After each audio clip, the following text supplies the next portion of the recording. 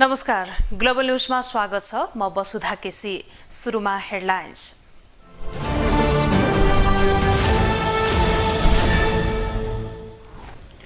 आजदेखि विक्रम सम्वत 2080 साल सुरु। अघिल्लो वर्षको समीक्षा गर्दै विशेष उत्साहका साथ एक आपसमा शुभकामना आदान प्रदान। आगामी वर्ष सरकारमा नयाँ नेतृत्व आउन सक्ने ज्योतिषहरूको भविष्यवाणी। आर्थिक क्षेत्र सबल हुने तथा छिमेकी र बाह्य राष्ट्रबाट सुरक्षित रहने ग्रह गोचर। आन्दोलनबाट प्राप्त उपलब्धि उल्टने खतरा रहेको प्रधानमन्त्री प्रचण्डको आशंका। कार्यकर्ताको मन जित्ने मानिस नै नेता बन्ने प्रणालीको विकास गर्नुपर्नेमा जोड। आर्थिक वर्ष 2078-79 मा प्रदेश सरकारको बेरोजु 27 अर्बमाथि। बेरोजु हुने प्रदेशहरूको सूचीमा कर्णाली पहिलो नम्बरमा। र कोरोना महामारीपछि खेल क्षेत्र पुनः तङ्ग्रदै 2079 ले जगायो क्रिकेटमा आशा, फुटबलबाट निराशा। नयाँ साल सुखद रहनेमा विश्वास।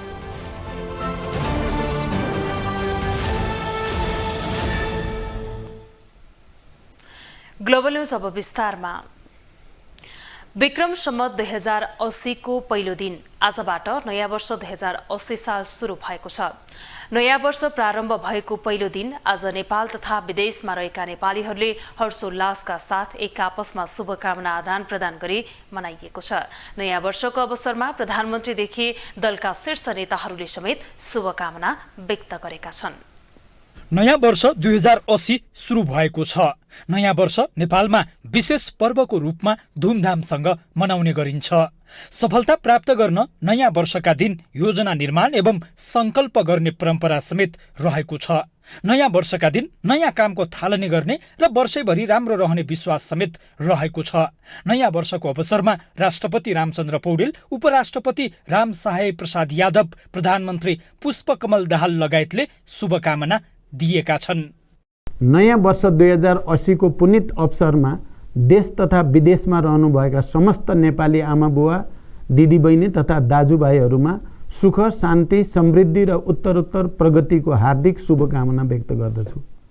मलाई विश्वास छ नयाँ वर्ष हामी आफैमाथि भरोसा र आशाको वर्ष हुनेछ। हरेक नयाँ वर्ष एउटा सुरुवात हो। विगतको समीक्षा सहित नयाँ सङ्कल्प गर्ने दिन हो। हामीले आत्मसमीक्षा गर्नै पर्दछ, तर हामीलाई निराश हुने छुट छैन। राष्ट्र निर्माणको साझा सङ्कल्पका लागि नयाँ वर्षभन्दा उपयुक्त समय अरू हुनै सक्दैन। यस्तै सभामुख देवराज घिमिरेसँगै भारतमा उपचाररत नेपाली काङ्ग्रेसका सांसद चन्द्र भण्डारीले समेत नयाँ वर्षको अवसरमा भिडियो मार्फत शुभकामना दिएका छन्।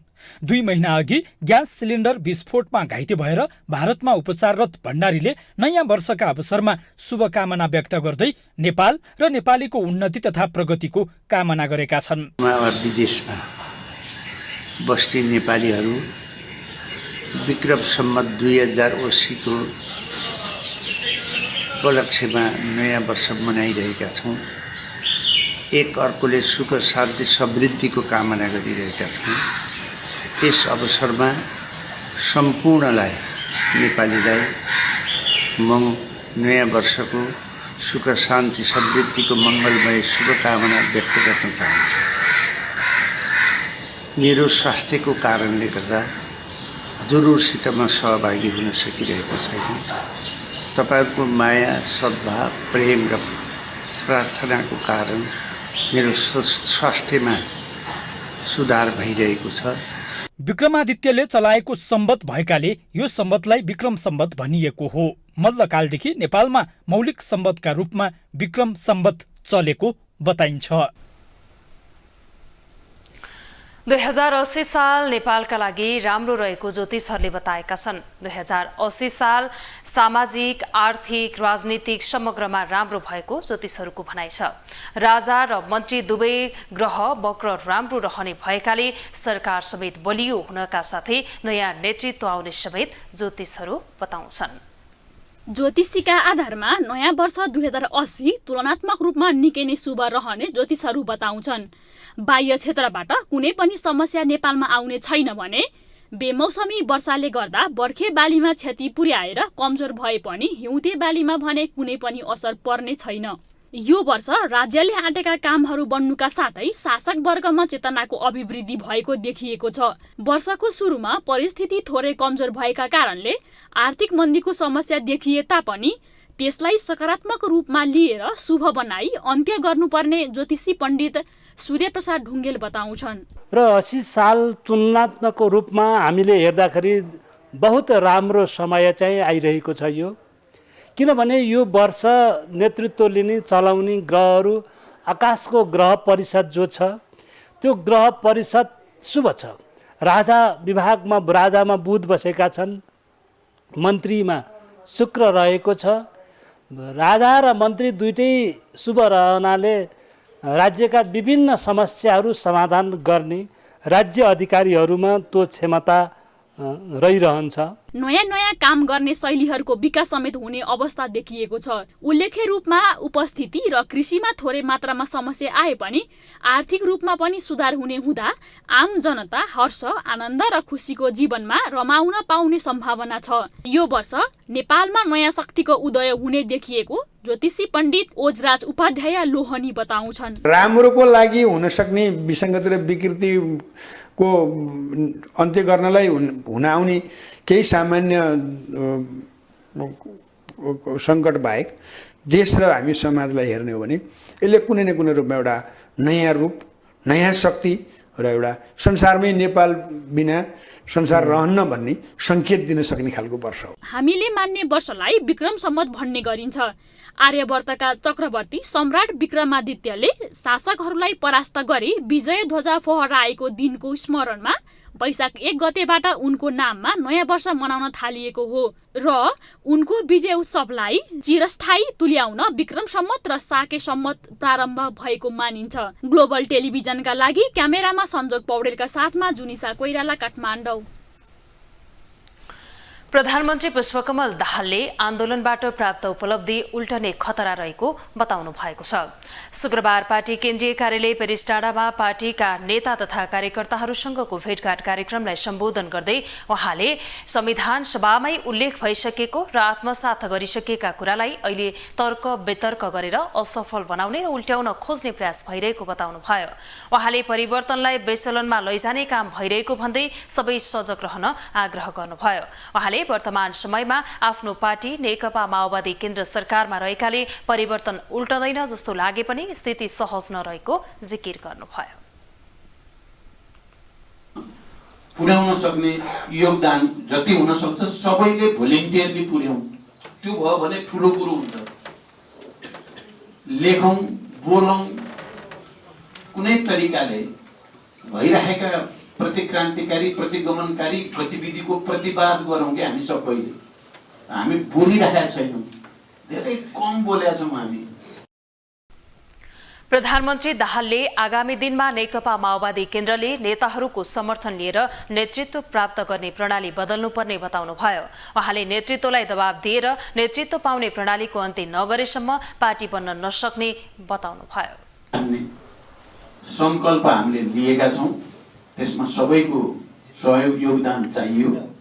जो कमरेडहरू राजनीतिक नियुक्तिमा जहाँ जहाँ हुनुहुन्छ उहाँहरूले पनि आफ्नो ठाउँमा राम्रो काम गरेर देखाउन पर्यो र त्यहाँबाट निक्लिँदा जनताले र ती संस्थाहरूले ठानुन् कि धेरै राम्रो गर्न खोजेका थिए भन्ने मात्रै हामीले पार्न सक्यौँ भने ठुलो चिज हुन्छ। प्रधानमन्त्री दाहालले कार्यकर्ताको मन जित्ने मानिस नै नेता बन्ने प्रणालीको विकास गर्नुपर्ने आवश्यकता रहेको बताउनुभयो। माधव नेपाल नेतृत्वको नेकपा एकीकृत समाजवादीले वैशाख 9 गते नेपाल कम्युनिस्ट पार्टी स्थापना दिवसको अवसर पारेर विभिन्न कार्यक्रम गर्ने भएको छ।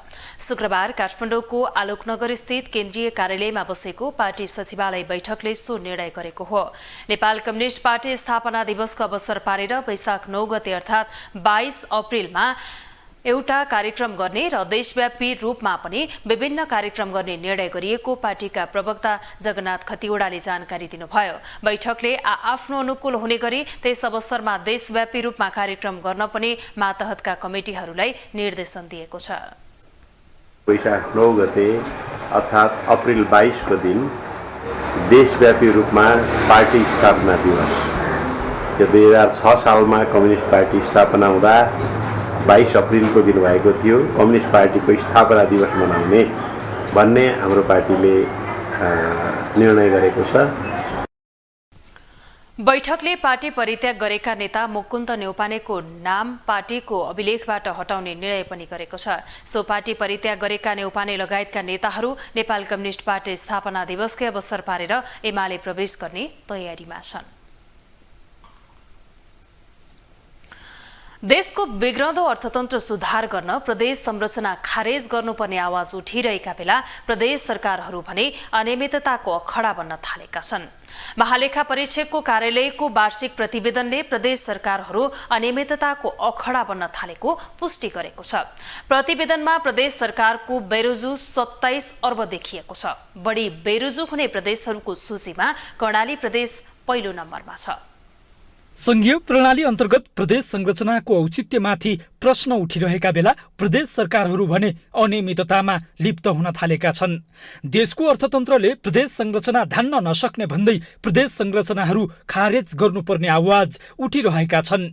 यही बेला जनताको नजिकको र विश्वासिलो सरकार हुँदै मन जित्नु पर्नेमा प्रदेश सरकारहरू झन् आलोचित हुने गरी अनियमितताको अखडा बन्न थालेका हुन्। प्रदेश सरकार अनियमितताको अखडा बन्न थालेको पुष्टि महालेखा परीक्षकको कार्यालयको वार्षिक प्रतिवेदनले गरेको छ। 2079 सालको महालेखा परीक्षकको कार्यालयको वार्षिक प्रतिवेदनले प्रदेश सरकारको बेरुजु 24 अर्ब देखाएको छ। अघिल्लो वर्षसम्मको बेरुजु 18 अर्ब 54 करोड थियो। यो वर्ष 7 अर्ब बेरुजु बढेको छ। महालेखा परीक्षकको प्रतिवेदन अनुसार सबैभन्दा बढी बेरोजु कर्णाली प्रदेशमा छ। कर्णाली प्रदेशको बेरोजु 4.43% रहेको छ। कोशी प्रदेशको बेरोजु 3.30, मध्य प्रदेशको 2.69, लुम्बिनीको 2.62 र सुदूरपश्चिमको बेरोजु 2.58 रहेको छ। बागमती प्रदेशको बेरोजु 1.37 छ। गण्डकी प्रदेशको बेरोजु सबैभन्दा कम 1.24 रहेको छ। त्यसो त केन्द्र र स्थानीय सरकारको बेरोजु समेत बढेको छ। 56 अर्ब 31 करोड 9 लाख रुपियाँ बेरोजु कायम भएको छ। सङ्घीय कार्यालयतर्फ, प्रदेश सरकारी कार्यालयतर्फ 7 अर्ब 20 करोड 50 लाख भएको छ। त्यस्तै स्थानीय तहतर्फ 42 अर्ब 88 करोड 9 लाख बेरोजु कायम भएको छ। त्यस्तै समिति र अन्य संस्था 13 अर्ब 38 करोड 2 लाख भएको छ र जम्मा बेरोजु आर्थिक वर्ष 78-79 को परीक्षणबाट 1 खर्ब 19 अर्ब 77 करोड 70 लाख कायम भएको छ। 1 खर्ब 19 अर्ब 77 करोड 70 लाख। त्यसमध्ये असुल गर्नुपर्ने 25.40% छ। देशमा संघीय व्यवस्था लागू भएको छोटो समयमै प्रदेश सरकारप्रति जनताको असन्तुष्टि बढ्न थालेको छ। यस्तो अवस्थामा भ्रष्टाचार अनियमिततालाई न्यूनीकरण गरी प्रदेश सरकारले जनताको मन जित्नुपर्ने हो। अर्कोतर्फ देशको अर्थतन्त्र समस्याग्रस्त छ। आम्दानी र खर्चको अनुपातमा भारी अन्तर छ। यस्तो बेला प्रदेश सरकार खाली खर्च गर्ने थलो बनेको र देशको अर्थतन्त्रमा सुधार गर्न प्रदेश संरचना खारेज गर्नुपर्ने आवाजहरू बलियो बनेका छन्। देशलाई संघीयतामा विभाजित गर्दै प्रदेश संरचना बनाउने दलहरू पनि पछिल्लो समय प्रदेश सरकारसँग असन्तुष्ट हुन थालेका छन्। 275 जनाको प्रतिनिधि सभा र 550 जनाको प्रदेश सभाको सङ्ख्या धेरै भयो, ठुलो भयो। यसलाई क्रमशः 165 र 330 मा सीमित गरी निर्वाचन प्रणालीमा सुधार मात्रै गर्ने भने यो शासन व्यवस्थाको सबलीकरण र स्थायित्वमा खासै समस्या पर्दैन। देश संघीयतामा जाँदै प्रदेश संरचना अस्तित्वमा आएपछि दुखी भएका राजनीतिक शक्तिहरू पनि भ्रष्टाचार र अनियमितता बढ्न थालेपछि प्रदेश संरचनाको औचित्यमाथि नै प्रश्न उठाइरहेका छन्। प्रदेश सरकारहरू अनियमिततामा लिप्त हुँदा संघीयता विरोधी दलहरू राष्ट्रिय जनमोर्चा, राष्ट्रिय प्रजातन्त्र पार्टी राप्रपा र राष्ट्रिय स्वतन्त्र पार्टी रासोपाले समेत प्रदेश सरकारको औचित्यमाथि नै प्रश्न उठाउन थालेका छन्। ग्लोबल टेलिभिजनका लागि क्यामेरामा नरेश मोक्तानका साथमा कैलाश कठायत, काठमाडौँ। ग्लोबल न्यूजमा अब एकैछिन ब्रेक।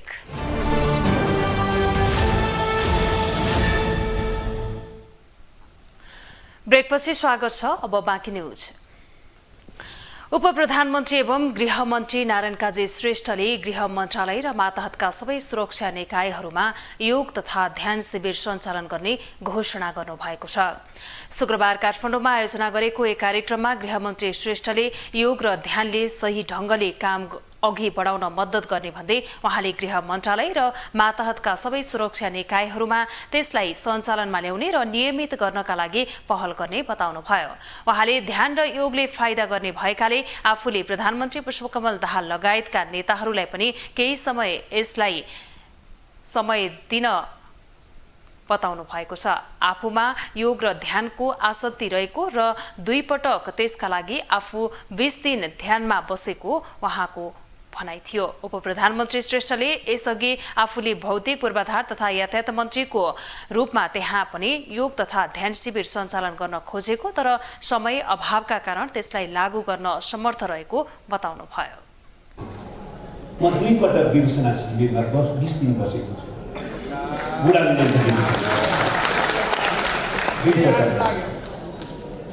अहिले पनि ध्यानको कुनै त्यस प्रकारको केन्द्रमा मेरो आसक्ति एक प्रकारको छ। उपप्रधानमन्त्री श्रेष्ठले काठमाडौँ महानगरपालिकालाई सिंहदरबार, शीतल निवास र बालुवाटारको फोहोर उठाइदिन भन्न नमिल्ने बताउनुभयो। कुनै एउटा सन्दर्भलाई लिएर काठमाडौँ महानगरपालिकाका मेयर बालेन शाहले भनेको प्रसङ्गलाई उद्धृत गर्दै उहाँले त्यसो भन्न मिल्छ कि मिल्दैन भनेर सोचिदिन पनि आग्रह गर्नुभयो। महानगरपालिकाको उपमेयरजीले जुन सद्वचन यहाँ बोल्नुभयो त्यो सद्वचनले एउटा कुरा गरोस् भन्ने कामना पनि गर्न चाहन्छु। त्यस्तो सद्वचन भएको सत्का पक्षपाती हुनुभएका हाम्रो उपमेयर रहनुभएको महानगरपालिकाले कुनै एउटा सन्दर्भलाई लिएर फोन नउठाउने। उपप्रधानमन्त्री श्रेष्ठले फोहोरी राजनीतिलाई सफा गरेर देशलाई बनाउनु पर्ने दोहोर्याउनु भयो। उहाँले आफू सन्यासी भएको पनि त्यस अवसरमा उल्लेख गर्नुभयो। नयाँ वर्षको अवसरमा काठमाडौँको टुडीखेलमा ओसो महोत्सव आयोजना भएको छ। ओसो तपोवनको आयोजनामा भएको महोत्सवमा ध्यान, योगादेखि फूड फेस्टिभलसम्मका कार्यक्रम भएका छन्। महोत्सवमा विभिन्न पार्टीका नेतादेखि विभिन्न पेसाकर्मी लगायतका दर्शकको समेत बाक्लो उपस्थिति लागेको थियो। नयाँ वर्ष 2080 को सुरुवात भएको उपलक्ष्यमा काठमाडौँको टुडीखेलमा ओसो महोत्सवको आयोजना भएको छ। ओसो तपोवनले महोत्सवको आयोजना गरेको हो। महोत्सवमा ध्यान, मेडिटेसन, योगा, गायन, नृत्य, लाइभ म्युजिक, लाफिङ मेडिटेसन, प्रत्यक्ष दोहोरी, पुस्तक प्रदर्शन, फूड फेस्टिभल, गजल वाचन र प्रवचन लगायतका कार्यक्रमहरू सञ्चालन भएका थिए। महोत्सवमा दर्शकको बाक्लो उपस्थिति थियो। महोत्सवको उद्घाटन उपराष्ट्रपति रामसहाय प्रसाद यादवले गरेका थिए। महोत्सवको उद्घाटन गर्दै उपराष्ट्रपति यादवले ध्यान र योगाले मानिसको भौतिक र मानसिक स्वास्थ्यमा सकारात्मक प्रभाव पार्ने बताए। एकाग्रता सुधार गर्छ, निद्रामा सुधार गर्छ, ध्यानले विचारहरूलाई निरपेक्ष रूपले हेर्ने क्षमताको विकास गर्न मद्दत गर्छ, जसले भय, चिन्ता र डिप्रेसनका लक्षणहरूलाई हटाउँछ, रक्तचाप घटाउँछ र हृदय रोगको जोखिम कम गर्छ। महोत्सवको सांस्कृतिक कार्यक्रममा अन्तर्राष्ट्रिय स्तरको नृत्य, सङ्गीत र हास्य प्रस्तुतिहरू प्रस्तुत गरिएको थियो। महोत्सवमा चर्चित साङ्गीतिक समूह कुटुम्बको समेत विशेष प्रस्तुति थियो। साथै हास्य कलाकार मदन कृष्ण श्रेष्ठ, मनोज गजुरेल, जितु नेपाल, अभिनेता प्रदीप खड्का, यमन श्रेष्ठ, गजलकार प्रदीप रोदन लगायतले प्रस्तुति दिएका छन्। महोत्सवमा अन्तर्राष्ट्रिय ख्याति प्राप्त सेफ सन्तोष शाहको संयोजनमा फूड फेस्टिभल समेत सञ्चालन भएको थियो। ग्लोबल टेलिभिजनका लागि जुनिसा कोइरालाको रिपोर्ट। नेपालको कुर्थादेखि भारतको जयनगरसम्म आजबाट दिनको 4 पटक रेल आवाजावत हुने भएको छ। हाल नेपालको कुर्थादेखि भारतको जयनगरसम्म सञ्चालनमा रहेको नेपालको एकमात्र रेल सेवा नेपाल रेलवे शुक्रबारदेखि दिनको 4 पटक आवाजावत गर्दै मेला विस्तार गरिएको हो। यसअघि 2 पटक मात्र आवाजावत गर्ने गरिएको रेल नयाँ वर्ष 2080 को प्रारम्भसँगै आजदेखि 4 पटक आवाजावत गर्ने गरी सञ्चालनमा आउने भएको हो। महाप्रबन्धक झाले बेजलपुरासम्म रेल सेवा विस्तारका लागि 2 चरणको इन्स्पेक्सनको काम सम्पन्न भइसकेको जानकारी गराउँदै बाँकी अधुरा कामहरू छिट्टै पूरा गरेर आफूहरूलाई हस्तान्तरण गर्न भारतीय कम्पनी इरकनलाई आग्रह गरिएको समेत बताउनुभयो। उहाँले चाँडै नै बेजलपुरासम्म रेल सेवाको विस्तारका लागि प्रयासरत रहेको समेत बताउनुभयो। उहाँले थप 1 यात्रुवाहक र 1 कार्गो गरी 2 रेल सरकारसँग माग गरेको समेत बताउनुभयो। अहिले पश्चिमतिरको एउटा महत्त्वपूर्ण स्टेसनको रूपमा चाहिँ वर्गीकरण गरेर यो ठाउँमा हामीले राखे। अब चाहिँ ट्रेन पनि राति पार्किङमा यहीँ बस्नेछ र यहाँबाट चाहिँ सहज रूपले चाहिँ जनकपुर कुर्था खण्डका चाहिँ आम सर्वसाधारण र यात्रु महानुभावहरूले सुविधा लिनुहुनेछ भन्ने अपेक्षा राखेको। रेलवेका महाप्रबन्धक निरञ्जन झाका अनुसार अब नेपालको कुर्थाबाट रेल बिहान 7 बजेर 15 मिनटमा र बेलुका 2 बजेर 45 मिनटमा भारतको जयनगरका लागि प्रस्थान गर्नेछ भने भारतको जयनगरबाट रेल जनकपुर धाम वा कुर्थाका लागि बिहान 9 बजेर 30 मिनट र बेलुकी 5 बजे प्रस्थान गर्नेछ। यो सेवा विस्तारसँगै रेलवेमा यात्रुको चाप कम हुने र आरामदायी यात्रा हुने विश्वास छ। पर्सा जिल्ला मात्र नभई मुलुककै प्रमुख प्रवेशद्वारको रूपमा मानिने वीरगञ्ज क्षेत्र लगायत विभिन्न ठाउँहरूमा कोरोना संक्रमणको संख्यामा तीव्रता बढेको छ। कोरोना संक्रमणको संख्या दिन प्रतिदिन बढ्दै गएको समयमा नारायणी क्षेत्र अस्पताल वीरगञ्जले स्वास्थ्य परीक्षणको सम्पूर्ण तयारीमा जुटेको बताएको छ। मुलुककै प्रमुख प्रवेशद्वारको रूपमा मानिने वीरगञ्ज क्षेत्र लगायत विभिन्न ठाउँहरूमा कोरोना संक्रमणको संख्यामा तीव्रता बढेको छ। नेपालमा मात्र नभई भारतमा समेत कोरोना संक्रमणको संख्या दिन प्रतिदिन बढ्दै गएको कारण खुला सीमाले वीरगञ्ज क्षेत्रमा समेत कोरोना संक्रमण फैलिएको हुन सक्ने अनुमान गर्न थालिएको छ। नारायणी क्षेत्रीय अस्पतालका प्रवक्ता डाक्टर उदयनारायण सिंहले 50 शय्याको कोभिड बेडहरू रहेको जानकारी दिएका छन्। उनले अस्पतालमा अक्सिजन प्लान्ट पर्याप्त मात्रामा रहेको जानकारी दिए।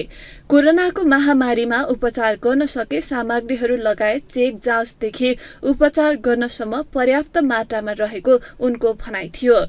2 दिनभित्र कोरोना चेक जाँच गर्ने केमिकल समेत व्यवस्थापन गरेर परीक्षण गर्ने अस्पतालले तयारी गरेको डाक्टर सिंह बताउँछन्।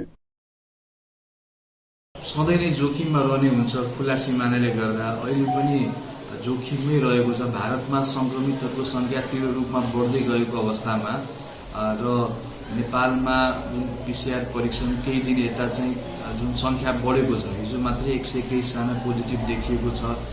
त्यसलाई मध्यनजर गर्दै चाहिँ वीरगञ्ज जोखिममा छ र हामी कहाँ पनि हाम्रो दैनिकी क्लिनिकल प्र्याक्टिसमा पनि लक्षण भएका तर परीक्षण नगराएका तर सम्भावित लक्षण भएका संक्रमितहरूको संख्या केही दिन यता चाहिँ बढ्दै गएको छ। यता नारायणी क्षेत्रीय अस्पतालका वीरगञ्जका मेडिकल सुपरिन्टेन्डेन्ट डाक्टर चित्तरञ्जन शाहले कोरोना संक्रमितका लागि 50 शय्या बेडको सेवा सुविधा राखेको बताएका छन्। 50 बेडमा एसटीड्यू र 9वटा बेडमा आईसीयू सेटअपको व्यवस्था गरेको उनको भनाइ छ। अस्पतालको इमर्जेन्सी ब्लकलाई नै कोरोना परीक्षण तथा कोरोना संक्रमितको उपचारको लागि प्रयोगमा ल्याउने भन्दै उनले भेन्टिलेटर लगायत स्वास्थ्य परीक्षणमा प्रयोग हुने सामग्रीलाई मर्मत गराइरहेको र छिट्टै प्रयोगमा आउने जानकारी दिए। हामी कहाँ चाहिने अस्तिको 1 महिना अगाडि जुन भएको प्रिपेयरनेसमा हामीले के गरेका छ भने अहिले हाम्रो जुन इमर्जेन्सी बिल्डिङ छ बाहिर रोडसँगै टाँसेको, त्यसमा चाहिँ हामीले 50 बेड विथ त्यो 50 बेडमा चाहिने 15वटा एचडीयू हाई डिपेन्डेन्स युनिट र 9वटाको आईसीयू सेटअप भएको चाहिने व्यवस्था हामीले गरेका छौँ। अहिले त्यो जुन इमर्जेन्सीवाला जुन ब्लक छ त्यसैलाई नै हामीले कोभिडमा कन्भर्ट गर्ने, त्यस्तै पर्यो भने आइसोलेट गरेर अनि त्यहाँ चाहिँ लगभग 23 बेड तल र लगभग 25-26 बेड चाहिँ माथि 2 तलामा गरेर चाहिने हामीले चलाइरहेको छ। त्यसको लागि चाहिने जति पनि बाइपेप मेसिनहरू छ या भेन्टिलेटरकै जुन अवस्था छ त्यो पनि अस्ति पनि हामीले बायोमेडिकल इन्जिनियर बोलाएर उसको अवस्थाको जाँच गरिसकेका छौँ। कोरोनाको महामारी फैलिन नदिने मनसायले संक्रमित हुनेहरूको लागि पूर्वदेखि नै तयारी अवस्थामा नारायणी क्षेत्रीय अस्पताल वीरगञ्ज जुटेको देखिन्छ। ग्लोबल टेलिभिजन एचडीका लागि पर्साबाट दीपक चौरासियाका साथमा उमेश दुबेको रिपोर्ट।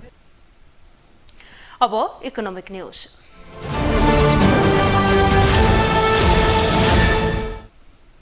विगतमा निकै चहल पहल हुने नेपालको मध्यनाका बैरगञ्ज महानगरपालिकाको बजार कोरोना संक्रमणपछि संकटग्रस्त बनेको थियो। संक्रमण कम भएसँगै पुनः बजारमा नयाँ चहल पहल सुरु भएको छ। सीमा रक्सोल तथा नेपाली बजारलाई थप चलायमान बनाउन महानगरपालिकाले 3 दिने रात्रि बजार समेत सुरु गरेको छ। यसले बजारलाई थप टेवा पुर्याउने विश्वास आयोजकले लिएको छ।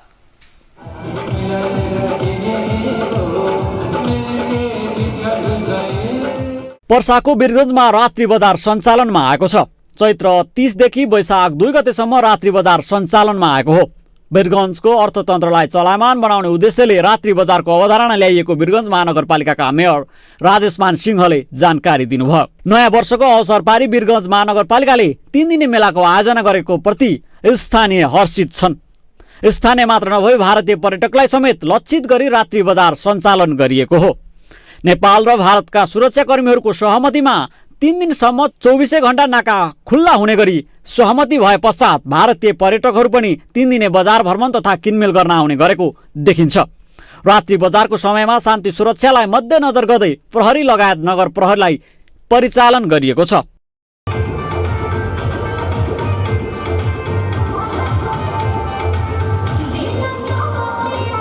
स्थानीयका अनुसार विश्व नै आर्थिक मन्दीको चपेटामा परेको समयमा वीरगञ्ज महानगरपालिकाले उठाएको यो कदम सराहनीय रहेको बताएका छन्। 3 दिने रात्रि बजार आयोजनाको विषयमा वीरगञ्ज महानगरपालिकाले राम्रो काम गरेको संज्ञा स्थानीयहरूले दिएका छन्। स्थानीय तथा पर्यटकहरूले अर्थतन्त्रलाई मध्यनजर गर्दै 3 दिने रात्रि बजार सञ्चालन गर्दा स्थानीय व्यापारी तथा वीरगञ्ज क्षेत्रका लागि लाभदायक हुने बताएका छन्। कसैले पनि टिक्का टिप्पणी गरिरहे पनि वीरगञ्ज महानगरपालिकाको यो कदम सराहनीय र राम्रो सुरुवात गरेको बताउँछन्। यो वीरगञ्जमा आएको पनि झन् 23 वर्ष भयो। यो पहिलो पटक हो वीरगञ्जमा यो रात्रिकालीन जुन चाहिँ यो बजार सुरु भएको छ, मेला बजार, यो नयाँ सालको उपलक्ष्यमा होइन। सम्पूर्ण वीरगञ्जवासीलाई म 2080 सालको नयाँ वर्षको शुभकामनाको साथसाथै के भन्न चाहन्छु भन्दाखेरि यो हुनु पनि पर्छ। जस्तो अहिले अब विश्व नै आर्थिक मन्दीको चपेटमा परेको बेलामा महानगरपालिकाले एउटा ठुलो कदम उठाउनु भएको छ। एउटा चुनौती पनि छ। आज 3 दिनको लागि एउटा ट्रायल भनेर एउटा महानगरपालिकाले सुरु गरेको छ। यो असाध्यै सराहनीय छ। अब महानगरपालिकाले त एउटा राम्रो सुरुवात त गरेको छ। अब यसको त दुईटा पक्ष हुन्छ, एउटा नराम्रो र राम्रो। अब यहाँको जनताले कुन पक्ष लिएछ, राम्रो लियो कि नराम्रो लियो, जनताले पत्ता हुने हो। र राम्रो काम गरेछ महानगरपालिकाले।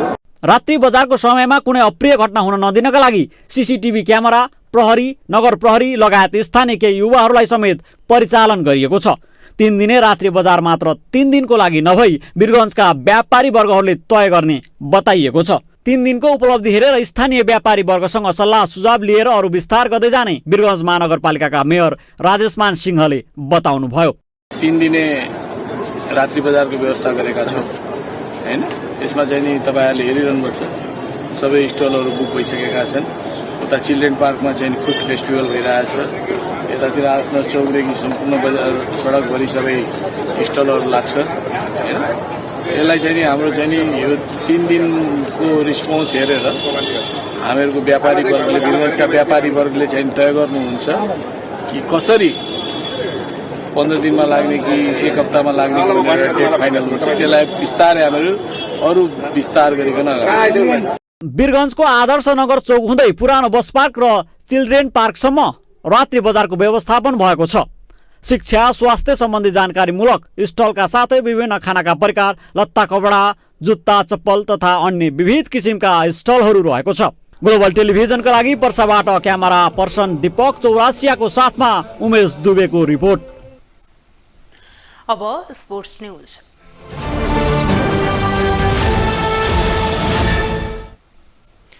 आज नयाँ वर्ष 2080 को पहिलो दिन 2079 साल बिहीबारदेखि हामीबाट बिदा भएको छ।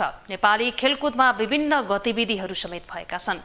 विशेष गरी नेपाली राष्ट्रिय क्रिकेट टिमले इतिहासमै सम्झन लायक उपलब्धि हासिल गर्यो भने नेपाली फुटबलले भने क्रिकेटले जति उत्साह थपेन। विगत 3 वर्षदेखिको कोरोना महामारीले थिलो पारेको नेपालको खेलकुद गतिविधि पुनः सञ्चालनमा आएसँगै खेलाडी र खेलकुद सम्बद्ध सबैलाई राहत मिलेको छ। कोरोना महामारीको असर कम हुँदै जाँदा वर्ष 2079 को सुरुवातदेखि नै खेलकुद गतिविधिले तीव्रता पाए। मैदानभित्रको प्रदर्शन र बाहिरको राजनीतिक घटनाक्रम वर्षभरि नै समाचारको हेडलाइन बने। अघिल्ला वर्षहरूमा जस्तै यो वर्ष पनि नेपालमा सबैभन्दा लोकप्रिय दुई खेल फुटबल र क्रिकेट गतिविधि नै धेरै चर्चामा रहे, जसमा क्रिकेटले थप उचाइ हासिल गर्यो भने फुटबलमा बिर्सन लायक उपलब्धि हासिल रह्यो। क्रिकेटमा विवाद र नयाँ इतिहास। क्रिकेटलाई सम्भावनाको खेल पनि भनिन्छ। वर्ष 2079 नेपाली क्रिकेट मैदानभित्र र बाहिर पनि सम्भव झैँ लाग्ने र अप्रत्याशित घटनाबाट गुज्रियो। वर्षभरि अधिकांश समय मैदानभित्र हारको श्रृङ्खला र बाहिर नकारात्मक टिप्पणीबाट गुज्रिएको नेपाली क्रिकेटले वर्षको अन्त्यतिर एउटा अभूतपूर्व लक्ष्यसहित सकारात्मक ऊर्जाको सञ्चार गर्न सफल भएको छ। प्रमुख प्रशिक्षक 3 पल्ट फेरिए, 2 पल्ट कप्तान फेरिए भने एकदिवसीय मान्यता कायम राख्नु मुख्य उपलब्धि रह्यो वर्ष 2079 का लागि। त्योसँगै जिम्बाब्वेमा हुने एकदिवसीय विश्वकप क्वालिफायरमा पुग्नु नेपालका लागि सबैभन्दा ठूलो उपलब्धि रह्यो। 7 एसोसिएट टिम बीच सन् 2019 देखि सुरु भएको 3 वर्ष श्रृङ्खला कोरोना महामारीका कारण केही समय लम्बियो। लामो श्रृङ्खला एउटा टिमले 9 त्रिकोणात्मक श्रृङ्खलामा 36 खेल खेल्नुपर्ने थियो। वर्ष 2079 मा नेपालले लिग 2 का 6 श्रृङ्खलामा 24 खेल खेल्यो। जेठ असारमा अमेरिका र ओमनसँग अमेरिकामा खेलेको नेपालले असार साउनमा नामिबिया र स्कटल्यान्डसँग स्कटल्यान्डमा श्रृङ्खला तथा मङ्सिरमा नामिबिया र स्कटल्यान्डसँगै नामिबियामा श्रृङ्खला खेलेको थियो। यी श्रृङ्खलापछि नेपाल 24 खेलबाट 8 जितसहित 18 अङ्क बटुल्दै 7 टोली सम्मिलित अङ्क तालिकाको 6औं स्थानमा थियो। यसैबीच 2 जना प्रशिक्षक फेरिसकेका थिए। भदौमा बलात्कार आरोपमा पक्राउ पूर्जी जारी भएका सन्दीप लामिछानेले असोजमा पक्राउ परेपछि टिमको कप्तान पनि परिवर्तन भए। नेपाली राष्ट्रिय क्रिकेट टिमको कप्तानमा युवा ब्याटर रोहित कुमार पौडेल कप्तानीको जिम्मेवारीका रूपमा अगाडि आए।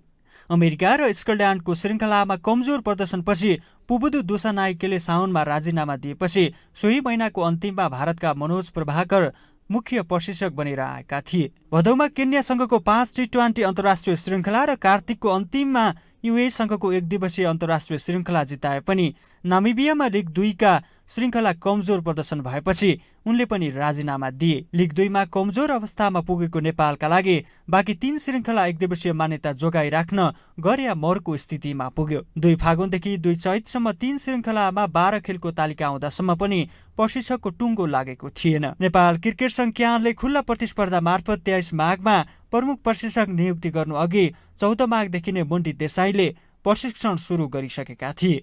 एक दिवसीय मान्यता जोगाइराख्न नेपालले बाँकी 12 मध्ये कम्तीमा 9 खेल जित्नुपर्ने समीकरण बनेको थियो। त्योभन्दा धेरै जितले विश्वकप छनौटमा सोझै पुर्याउन पनि सक्ने थियो। 2 फागुनमा नामिबियामाथि 2 विकेटको जितसहित सुरु भएको नेपालको निर्णायक यात्रा एक अविश्वसनीय सफलतामा पुगेर टुङ्गिएको छ। नेपालले वर्ष 2079 मा लिग 2 अन्तर्गत 24 र युएसँग 3 गरी 27 एकदिवसीय अन्तर्राष्ट्रिय खेल खेलेको छ। लिग 2 का 24 खेलमा 13 मा जित, 9 मा हार, 1 मा बराबरी नतिजा निकालेको छ भने 1 खेल वर्षाले रद्द भएपछि अङ्क बाँडिएको थियो।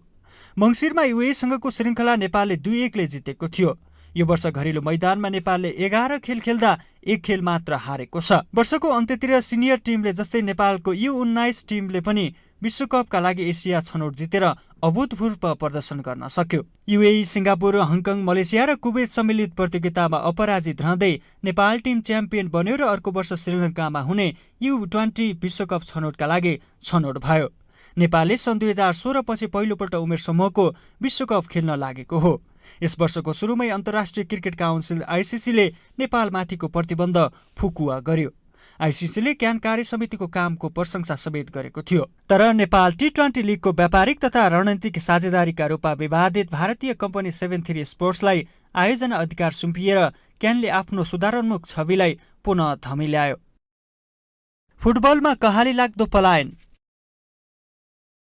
सिनियर खेलाडीहरूको लगातार विदेश पलायनपछि नयाँ प्रशिक्षक र युवा टिमले पनि जित निकाल्दा नेपाली फुटबलमा थोरै भए पनि राहत दिएको छ। वर्ष 2079 को सुरुमै अखिल नेपाल फुटबल संघ एन्फाको नेतृत्व परिवर्तन भयो। तत्कालीन अध्यक्ष कर्मा छिरिङ शेर्पालाई पराजित गरी निर्वाचित भएको पङ्कज नेम्बाङको नेतृत्वको कार्यसमितिबाट धेरै अपेक्षा थियो। तर निर्वाचन भएको 1 महिना पनि नबित्दै कार्यसमितिमा मतभेद सुरु भयो। घरेलु फुटबलको मेरुदण्डका रूपमा रहने 37 पारक ए डिभिजन लिग समयमै सञ्चालन भएन। सीमित अन्तर्राष्ट्रिय मैत्रीपूर्ण खेल बाहेक पुरुष टिमले उल्लेख्य प्रदर्शन गर्न सकेन। वर्षको अन्त्यतिर लाओस र भुटान बोलाएर त्रिदेशीय प्रतियोगिता जितेको नेपालको प्रदर्शन भने खस्किएको देखिएको थियो। इटालीका प्रशिक्षक भिन्सेन्जो अल्बर्टो एनिसले कार्यकाल सुरु गरेपछि पहिलो प्रतियोगिता खेलेको नेपाल इतिहासमा पहिलोपल्ट भुटानसँग बराबरीमा रोकियो। राष्ट्रिय टिमका प्रशिक्षक अब्दुल्ला अलमुतारिमले राजीनामा दिएपछि भदौ यता प्रमुख प्रशिक्षक पद खाली थियो। फुटबल गतिविधि नहुँदा जीवन धान्न कठिन हुँदै गएपछि राष्ट्रिय खेलाडीको कहाली लाग्दो पलायनबाट नेपाली फुटबल प्रताडित छ। त्यसको असर हालै सम्पन्न त्रिदेशीय प्रतियोगितामा मात्रै होइन, जारी ए डिभिजन लिगमा पनि देखिएको छ। 19 फागुनदेखि सुरु भएको ए डिभिजन लिग जेठ अन्तिमसम्म चल्नेछ। यति थोरै समयमा डबल लिगका खेलहरू सञ्चालन हुँदा खेलको गुणस्तर र खेलाडीको सुरक्षामा इन्फा संवेदनशील नभएको आरोप लागेको छ। नेपाल सुपर लिगको अक्सन गरेर पनि आयोजना हुन नसक्नु, ए डिभिजन लिग समयमा हुन नसक्नु जस्ता कारणले गर्दा खेलाडीहरू विदेश पलायन भए। वर्षको सुरुतिर आशिष लामा, सुमन लामा, दर्शन गुरुङ र सन्तोष तामाङ अस्ट्रेलिया गएदेखि नै यसै महिना अस्ट्रेलिया पुगेका सुजल श्रेष्ठ, विशाल राई, सुनिल बल, सरोज दाहाल, रञ्जित धिमालसम्म आइपुग्दा पलायन रोकिएन। राष्ट्रिय टिमबाट खेलिसकेका एउटा सिंगै टिम पुग्ने खेलाडी सहित करिब 40 को हाराहारीमा नेपाली खेलाडी विदेशिए। यो क्रम अझै रोकिएको छैन। नेपालमै भएको महिला साफ च्याम्पियनसिपमा उपाधि जित्ने लक्ष्य राखेको नेपाल यसपटक पनि उपविजेतामै सीमित भयो। साउथ एसियाको बलियो टिम भारतलाई सेमिफाइनलमै पराजित गरे पनि फाइनलमा पनि नेपाल बंगलादेशसँग पराजित भयो। यसपटक घरेलु मैदानमै उपाधि जित्ने अवसर रहे पनि नेपालको लक्ष्य पूरा हुन सकेन। यसअघि नेपालले घरेलु मैदानमा बंगलादेश र पाकिस्तान विरुद्ध मैत्रीपूर्ण खेल खेल्दै जित हात पारेको थियो। अन्जान विष्टले बंगलादेश विरुद्ध करियरकै पहिलो ह्याट्रिक गरे।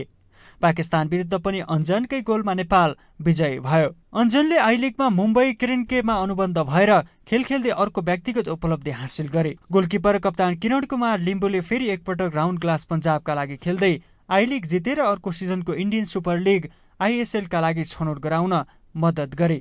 ग्लोबल टेलिभिजन HD का लागि क्यामेरामा निर्मल तिमल सिन्हाका साथमा विनोद विक्रम भण्डारी, काठमाडौँ।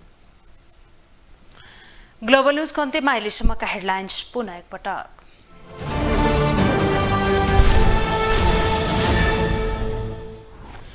आजदेखि विक्रम सम्वत 2080 साल सुरु, अघिल्लो वर्षको समीक्षा गर्दै विशेष उत्साहका साथ एक आपसमा शुभकामना आदान प्रदान। आगामी वर्ष सरकारमा नयाँ नेतृत्व आउन सक्ने ज्योतिषहरूको भविष्यवाणी, आर्थिक क्षेत्र सबल हुने तथा छिमेकी र बाह्य राष्ट्रबाट सुरक्षित रहने ग्रह गोचर। आन्दोलनबाट प्राप्त उपलब्धि उल्टने खतरा रहेको प्रधानमन्त्री प्रचण्डको आशंका, कार्यकर्ताको मन जित्ने मानिस नै नेता बन्ने प्रणालीको विकास गर्नुपर्नेमा जोड। आर्थिक वर्ष 2078-79 मा प्रदेश सरकारको बेरोजु 27 अर्बमाथि बेरोजु हुने प्रदेशहरूको सूचीमा कर्णाली पहिलो नम्बरमा। र कोरोना महामारीपछि खेल क्षेत्र पुनः तङ्ग्रदै 2079 ले जगायो क्रिकेटमा आशा, फुटबलमा निराशा, नयाँ साल सुखद रहनेमा विश्वास।